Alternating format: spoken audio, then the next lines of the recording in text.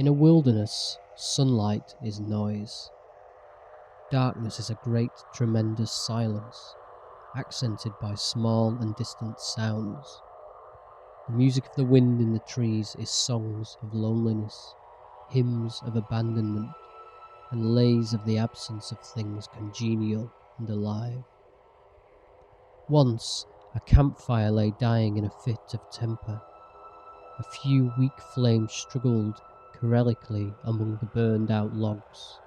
Beneath, a mass of angry red coals glowered and hated the world. Some hemlocks sighed and sung, and the wind purred in the grass.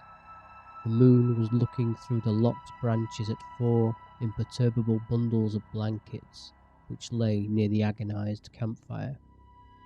The fire groaned in its last throes, but the bundles made no sign. Off in the gloomy unknown, a foot fell upon a twig. The laurel leaves shivered at the stealthy passing of danger.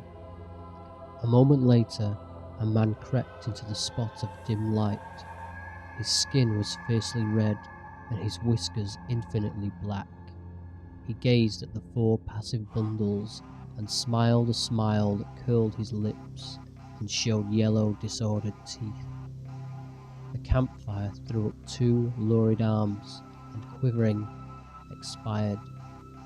The voices of the trees grew hoarse and frightened. The bundles were stolid.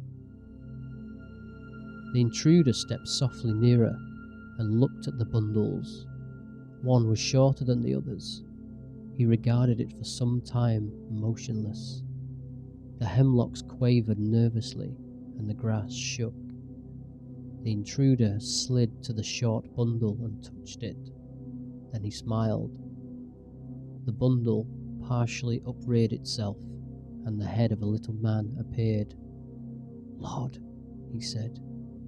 He found himself looking at the grin of a ghoul condemned to torment. "Come," croaked the ghoul. "What?" said the little man. He began to feel his flesh slide to and fro on his bones as he looked into this smile. "Come," croaked the ghoul. "What?" the little man whimpered. He grew grey and could not move his legs. The ghoul lifted a 3-pronged pickerel spear and flashed it near the little man's throat. He saw menace on its points. He struggled heavily to his feet. He cast his eyes upon the remaining mummy-like bundles, but the ghoul confronted his face with the spear. "Where?"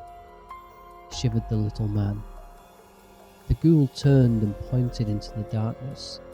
His countenance shone with lurid light of triumph.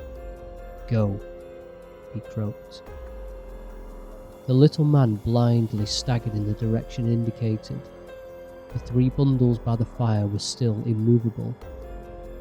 He tried to pierce the cloth with a glance, and opened his mouth to weep, but the spear ever threatened his face. The bundles were left far in the rear, and the little man stumbled on alone with the ghoul. Tangled thickets tripped him, saplings buffeted him, and stones turned away from his feet. Blinded and badgered, he began to swear frenziedly. A foam drifted to his mouth, and his eyes glowed with a blue light.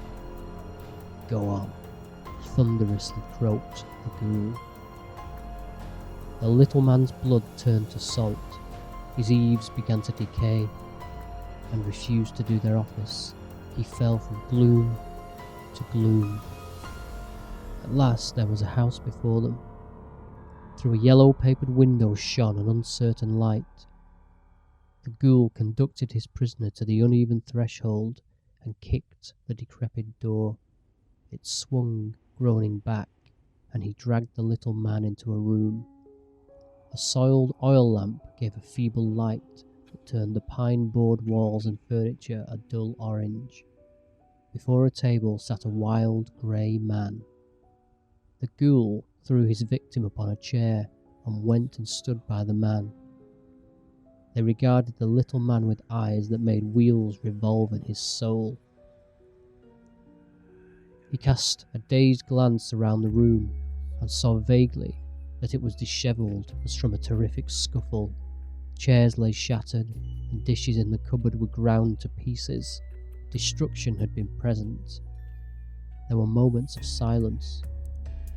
The ghoul and the wild grey man contemplated their victim. A throe of fear passed over him, and he sank limp in his chair. His eyes swept feverishly over the faces of his tormentors. At last, the ghoul spoke. "Well?" he said to the wild grey man. The other cleared his throat and stood up. "Stranger," he said suddenly, "how much is 33 bushels of potatoes at 64.5 a bushel?" The ghoul leaned forward to catch the reply. The wild grey man straightened his figure and listened. A fierce light shone on their faces. Their breaths came swiftly.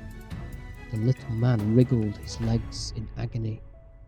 21, no, 2, 6, and quick, hissed the ghoul hoarsely. $21.28 and a half, laboriously stuttered the little man. The ghoul gave a tremendous howl. "There, Tom Jones, durn you," he yelled. "What did I tell you, hey? Ain't I right, see? Didn't I tell you that?" The wild grey man's body shook.